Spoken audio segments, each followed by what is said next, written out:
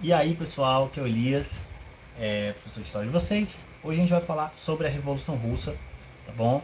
E na aula passada a gente comentou sobre a Primeira Guerra Mundial, né, as consequências da Primeira Guerra Mundial. Então, nessa aula a gente vai discutir um pouco sobre a Revolução Russa, que é um fenômeno, vamos dizer assim, praticamente paralelo à Primeira Guerra Mundial, né?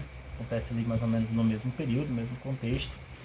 E é muito importante que vocês façam a leitura, tá? Não esqueçam disso, é muito importante, não deixem de fazer a leitura. Esse capítulo, né, essa aula, ela tá lá no tema, na unidade 2, no tema 3, tá? Mais à frente a gente vai fazer uma aula sobre o tema 4. Então, como a Revolução Russa é um processo longo e bastante complexo, a gente vai dividir aqui essas aulas aqui sobre o primeiro processo, né, que é o processo que leva à Revolução Russa de 1917. E na próxima a gente vai falar da Rússia após a Revolução, Guerra Civil e o estabelecimento do regime socialista, tá bom? Então, leiam, façam anotações, anotem suas dúvidas também, me enviem lá no Class que eu vou responder o quanto antes para a gente manter esse contato, tá bom? Então vamos para a aula. Então, pessoal, a Revolução Russa, né, ela é um processo longo, tá? Inclusive discute-se, né, se deve se chamar apenas Revolução Russa ou Revoluções Russas, né? Então, assim, porque você vai ter uma série de movimentos que ocorrem no início do século XX na Rússia e que levam, né, à tomada em 1917 do poder e a derrubada do czarismo e o estabelecimento de um novo sistema econômico e político na Rússia, né? Então, a Revolução Russa, ela é provavelmente também um dos acontecimentos mais importantes do século XX, né? Muitos historiadores comparam assim, né, que se a Revolução Francesa teve importância lá no século XVIII e XIX, o século XX é uma das revoluções mais importantes, é a Revolução Russa. Então, é muito importante a gente entender o que foi essa revolução, como ela se deu, né, para poder compreender qual é a importância dela no século XX. E de fato, né, grande parte dos eventos ocorridos durante o século XX, de alguma forma, acaba se ligando também a esse processo da Revolução Russa e do estabelecimento do socialismo lá na Rússia, bom, no surgimento da União Soviética. Então vamos lá, vamos primeiro entender como é que a Rússia estava organizada lá no início do século XX. Pessoal, a Rússia entre o final do século XIX e o início do século XX era uma nação bastante icônica, né? Em que sentido, professor? A Rússia ainda vivia o czarismo, né? Que seria o equivalente aí ao antigo regime, né? Uma espécie de absolutismo lá na Rússia, em que o líder absoluto, aí, o rei, no caso, se chamava czar, né? Então, esse czarismo, ele tornava a Rússia, de certa forma, uma nação razoavelmente, vamos botar assim, bem entre aspas, atrasada comparada às demais, né? A grande maioria das nações europeias já havia destituído o antigo regime, acabado com a servidão, com os traços de feudalismo, e a Rússia, na verdade, ainda mantinha muito de tudo isso, né? A Rússia mantinha um antigo regime, havia uma grande parte da população camponesa que vivia num regime muito semelhante à servidão, ainda que, por exemplo, o Tsar Alexandre tenha abolido a servidão no final, lá no século XIX, segunda metade do século XIX, mas ainda era uma nação extremamente feudal, vamos botar assim, né? Extremamente ainda camponesa, baseada aí no direito à terra, né? Direito de sangue, nas heranças de sangue, uma maioria de senhores de terra, quer dizer, uma minoria de senhores de terra acabavam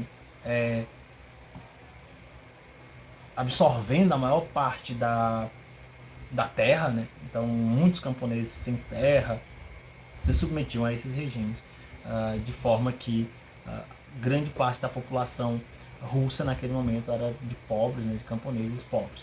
Bom, a Rússia, né, ela ao final do século XIX, na segunda metade do século XIX, buscava iniciar o seu processo de industrialização, processo bastante lento, né, tendo em vista as condições, né, materiais, aí vamos botar no caso da Rússia, né, como falei, maioria camponesa, não havia uma mão de obra qualificada, não havia, de certa forma, muito espaço, as cidades eram bastante pequenas e pontuais, Só que com o início desse processo de industrialização, isso mudaria, ainda que lentamente, mas mudaria nos próximos 20 ou 30 ou 40 anos aí, seguidos, aí, entre o final do século XIX e o início do século XX.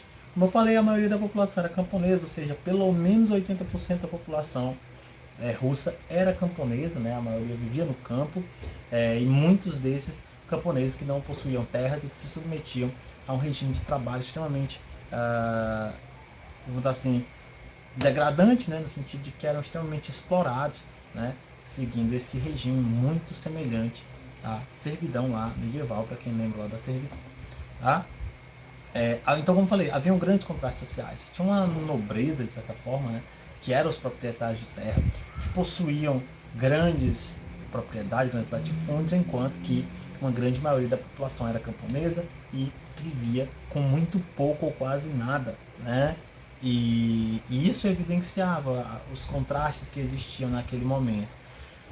Boa parte do processo de industrialização da Rússia, né, ou pelo menos o início desse processo, se dá graças ao investimento estrangeiro, principalmente da França e da Inglaterra, né, que passam a investir, indústrias passam a se desenvolver com esse capital, com esse financiamento, e era uma indústria ainda muito embrionária, né, passava ainda a se desenvolver mais ou menos nos moldes do que acontecia lá na Inglaterra ainda no século XVIII, só que nós estamos falando da Rússia no final do século XIX e no início do XX. Então, aos poucos, essa industrialização ia se dando. Algumas cidades passam por uma transformação bastante profunda, né? São Petersburgo, Moscou, que eram cidades maiores, vamos botar assim, centros maiores, centros urbanos maiores, passam também a se transformar com essa mudança, com essa industrialização.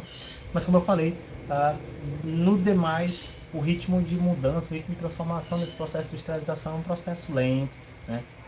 Se estenderia por muito mais tempo. Com esse início, você vai ter, claro, óbvio, o surgimento, né, de trabalhadores que passam a ocupar os locais nessas fábricas, né?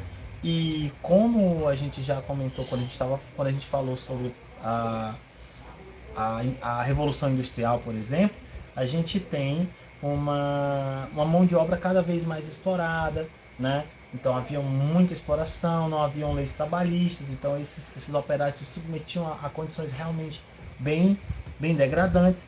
Então a gente não tinham salários, né, adequados. A gente vê que esses operários viviam situações difíceis e que aos poucos isso vai gerar mobilização. Então assim, o final do século XIX é marcado aí pelo início, né, desse processo de mobilização de trabalhadores, o surgimento de uma espécie de movimento operário que passava a se organizar para exigir essas melhorias nas suas condições de vida, de trabalho, né, com sindicatos que surgem, entidades, tá? Como eu falei, surgimento de entidades, sindicatos, agremiações, associações e também partidos políticos, né? Muito importante destacar o desenvolvimento de partidos políticos, a difusão de algumas ideologias como o anarquismo, o comunismo, o socialismo, eram algumas ideologias que surgiram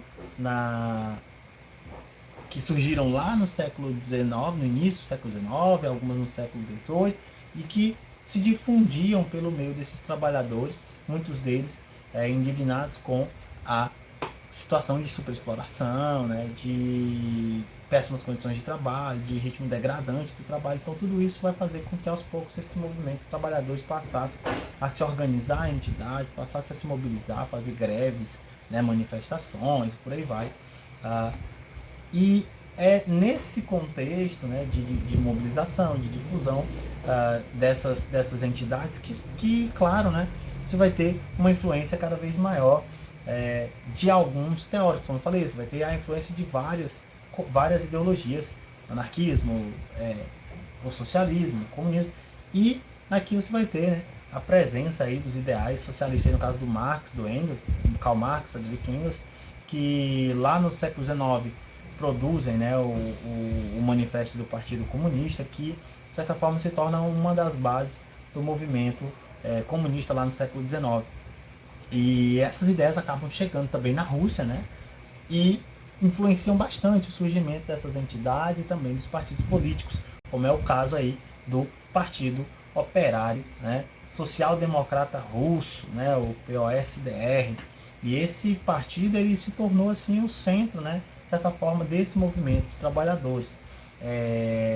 Esse partido ele se dividia de certa forma em duas alas, vamos botar assim, né? De um lado você tinha os bolcheviques, que eram liderados pelo Vladimir Lenin, né? E os bolcheviques possuíam ali uma ala mais, de certa forma, mais radical, mais revolucionária, defendiam que a Rússia precisava passar por um processo revolucionário, né, derrubado do poder, para só então conseguir atingir o socialismo. E do outro você tinha os chamados mencheviques, inicialmente aí, liderados, de certa forma, pelo Júlio Markov, que defendiam uma via menos radical, né, chamada de via reformista para eles, né. Era possível chegar ao poder e estabelecer uma série de reformas até a garantir aí essa igualdade social. Lembrando que o socialismo, né, na concepção de Marx, buscava essa igualdade social e esses pensadores, Lenin, Markov, eles vão se opor, né, no método de como se chegar a esse socialismo, a essa igualdade social. Né? Então, defendiam uma via mais revolucionária, em que havia tomada do poder, derrubada do regime czarista e a implantação de um regime socialista, enquanto que outros defendiam uma via reformista, em que era possível fazer eleições, em que eles chegariam ao poder e, de acordo com as reformas que iam sendo difundidas, haveria uma implantação, vamos dizer assim, progressiva dessa igualdade social, desse socialismo. Bom, então, a priori, para a gente entender o contexto da Revolução Russa, das revoluções russas de maneira geral, é importante a gente ter isso. Uma Rússia em um lento processo de industrialização, a formação de uma classe operária explorada e que avançava cada vez mais em direção a um movimento mais organizado, uma maioria de camponeses que se submetia a grandes senhores num regime de muita exploração semelhante à servidão e o czarismo, né, como o sistema político dominante, em que o czar ele representava aí quase um poder absoluto, tá bom? Então a gente tem esse contexto mais amplo aí da Rússia entre o final do século XIX e o início do século XX.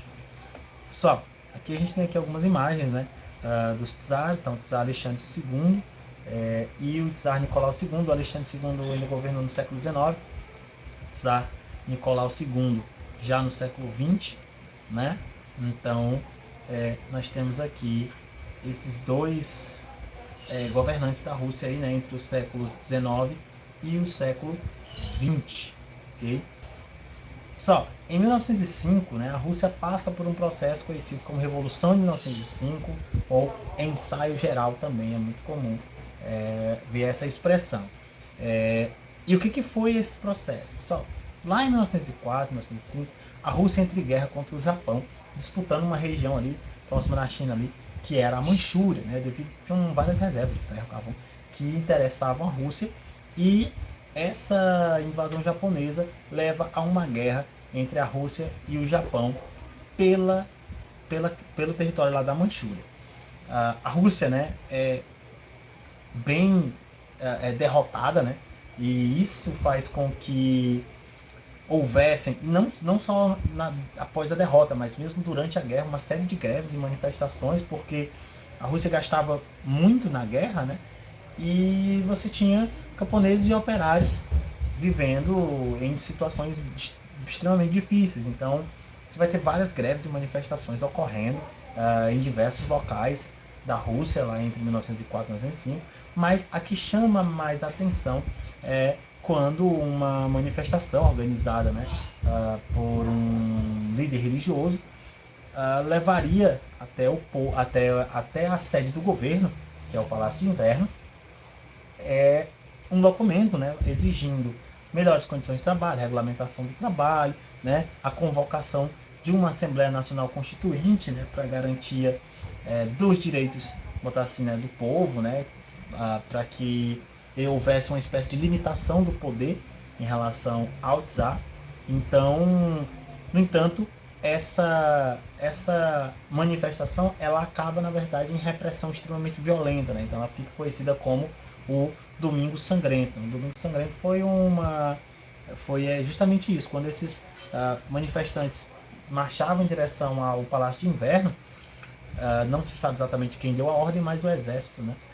Ele abriu fogo contra aquela multidão, ferindo centenas de pessoas, né?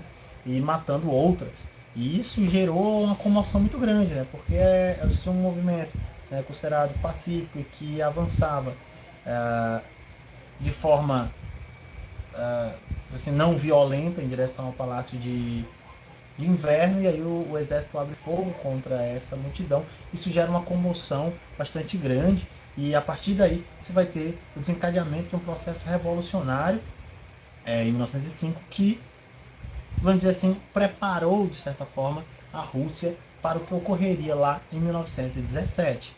Então, aqui você vai ter uma série de levantes em diversos locais da Rússia, né, em outras cidades. Você vai ter a adesão de soldados, soldados vão desertar, né, outros vão se voltar contra os seus senhores, né, e essa eclosão dessa revolução, ela leva, né, claro, a duas consequências fundamentais no processo revolucionário. A primeira delas é o surgimento dos soviets, né? Então, assim, com esse processo surgem os chamados soviets, que basicamente eram o quê? Entidades, né, de representantes dos setores aí, vamos dizer assim, dos trabalhadores. Então, esses trabalhadores elegiam esses comissários, esses conselheiros, vamos dizer assim, representantes, e eles representavam os interesses políticos desses trabalhadores. Então surgiram vários soviets, né, em várias cidades diferentes. Esses soviets, eles passam a liderar, de certa forma, o processo de luta de trabalhadores, e basicamente vai ser a base do governo que vai se implantar lá em 1917. Não é à toa que, se você já ouviu falar da União Soviética, o nome revela muita coisa, né? Então, a União Soviética é justamente porque lá, a partir de 1917, né? Não que existe União Soviética em 1917, mas a partir de 1917 você vai ter um processo de tomada de poder pelos soviets, e aí, posteriormente, você vai ter a formação da chamada União Soviética. Então, duas consequências fundamentais dessa primeira revolução de 1905: a criação dos soviets e a criação da Duma, né? A Duma seria uma espécie de parlamento que é criada para amenizar as relações entre o czar e o povo de maneira geral. No entanto, a Duma ela servia muito mais como, assim, como símbolo do que como poder efetivo. Ela foi desfeita várias vezes, né? Principalmente porque o czar não aceitava quando a Duma se opunha a ele, ou muitas vezes quando o czar tentava interferir diretamente na Duma. Então há uma série de disputas que vão ocorrer a partir de 1905. Ela vai ser fechada várias vezes, e isso caracteriza, né, já que a gente chama de ensaio geral. Então esse primeiro momento representaria aí uma primeira tentativa de tomada do poder e questionamento do czarismo, né, do governo russo como um governo que não atendia, de certa forma, às demandas sociais daquele momento. Como eu falei, vários levantes militares vão ocorrer, né, na cidade de Odessa. Você vai ter aí chamado a tomada do encouraçado Potemkin. Encouraçado é um navio, tá? Então, o Potemkin ele foi um navio que foi tomado, né? Esses soldados se amotinaram contra os comandantes, ameaçaram bombardear.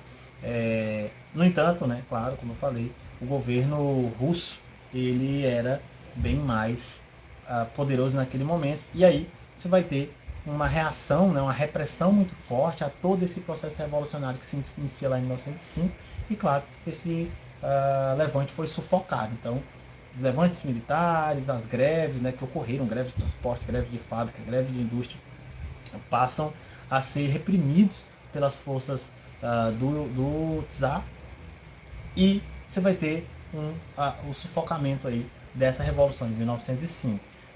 No entanto, como eu falei, ela deixaria marcas muito importantes e garantiriam aí, vamos dizer assim, um ensaio que serviria de experiência para 1917, quando vai ocorrer a chamada Revolução de 1917. Então, vamos para frente. Aqui algumas imagens, tá? Que é uma imagem da Duma, né? Então você tem uma Duma, uma espécie de parlamento, onde né, você tinha um objetivo ali de limitar, de certa forma, o poder real. Aqui o encouraçado Potemkin, né? Vocês podem ver o encouraçado. Ele foi tomado, né? E posteriormente foi afundado, né? Bombardeado para que a Rússia pudesse retomar o poder. Aqui uma imagem aqui provavelmente do Domingo Sangrento, né? Quando os soldados abriram fogo contra aquela multidão que avançava em direção ao Palácio de Inverno. Tá? Então, pessoal, por hoje é só. Na próxima aula a gente dá continuidade, né, a esse conteúdo. Não deixem as dúvidas passarem, anotem as dúvidas de vocês, enviem lá no Google Class para eu poder respondê-los. Bom, então espero que tenha sido proveitoso.